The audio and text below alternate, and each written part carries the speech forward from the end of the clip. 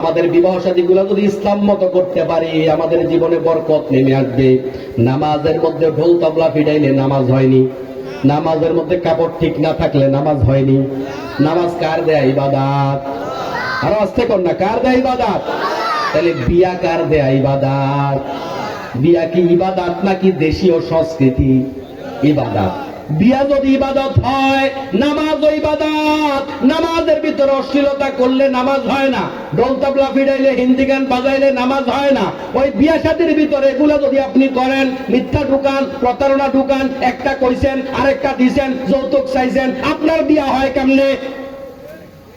এই জন্য আমাদের বিয়াগুলা ঝামেলা হওয়ার কারণে প্রতিটা পরিবারে অশান্তি, অশান্তি আর অশান্তি। আজকের যুব সমাজকে সিদ্ধান্ত নিতে হবে, আমার বিয়েতে অশ্লীলতা এলাও করব না, প্রয়োজনে অনুষ্ঠান করব না। রাজি আছেন নি? আস্তে কইছেন, রাজি আছেন? তাইলে আপনার ঘরটা আল্লাহ পাক বরকত দিয়ে ভরে দেবে। আল্লাহ পাক তৌফিক দান করুক, আমিন।